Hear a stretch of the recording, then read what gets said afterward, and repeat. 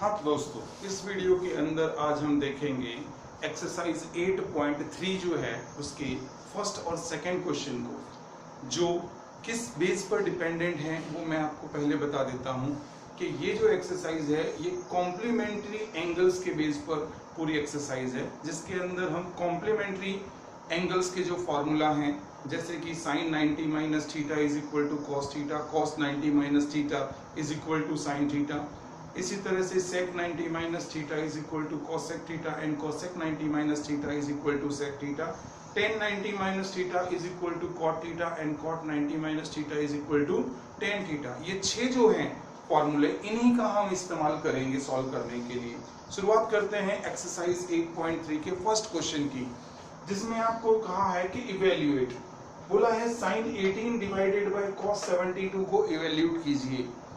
तो ये 18 डिग्री है, इसे मैं 90 माइनस 72 लिखूंगा, तो ये हो जाएगा sin, फिर 18 यानी कि 90 माइनस 72, और sin 90 माइनस थीटा तो cos थीटा होता है, तो ये cos और ये थीटा, यानी क्या हो गया cos 72 upon cos 72 cancel, that is equal to 1।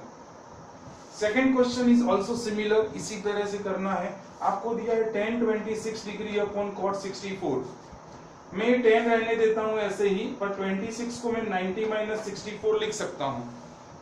26 is equal to 90 minus 64, तो ये 90 माइनस 64 किया तो tan 90 माइनस थीटा जो है उसका फॉर्मूला हो जाता है cot थीटा, तो ये cot 64 upon cot 64 that is 1। अब इसके थर्ड पार्ट पे चलते हैं। तो थर्ड पार्ट में आपको दिया है evaluate that cos 48 minus sin 42। हमने cos 48 जो था, 48 को मैंने 90 माइनस 42 लिखा, तो ये हो गया cos 90 माइनस थीटा, तो बन गया sin थीटा, यानी sin 42 minus sin 42 that is equal to 0। Fourth part जो है उसमें इसी तरह से पूछा है कि cosec 31 degree minus sec 59 degree. 31 लाने के लिए 90 माइनस 59 कर दिया, तो cosec 90 minus 59 that is equal to sec 59 and minus sec 59 that is also 0। अब हम चलते हैं सेकंड क्वेश्चन के ऊपर। तो सेकंड क्वेश्चन के अंदर आपको वेरीफाई करने के लिए दिया गया है। मैंने यहां पर इस सॉल्यूशन के अंदर LHS से शुरुआत करी है और हम RHS तक पहुंचे हैं। तो देखते हैं कि पहले LHS के अंदर क्या दिया हुआ है।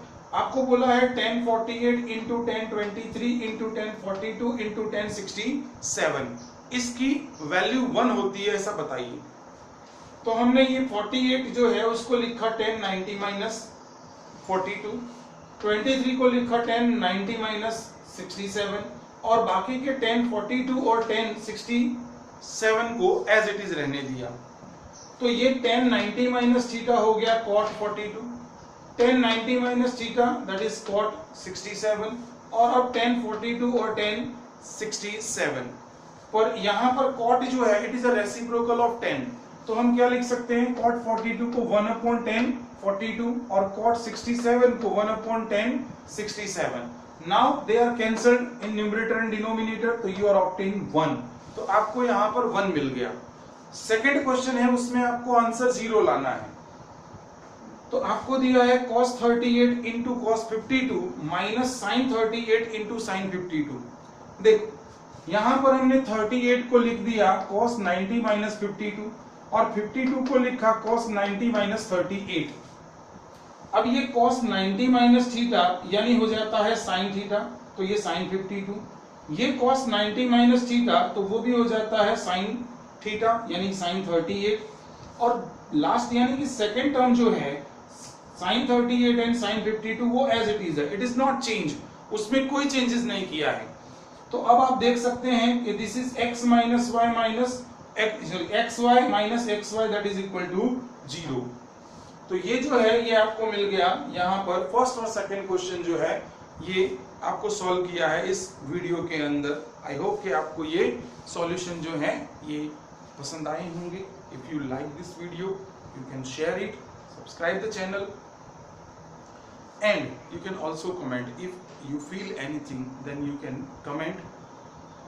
So for your comment we can if there is some problem so we can improve it. If it is a language barrier, then also we can improve. Your suggestions are always welcome.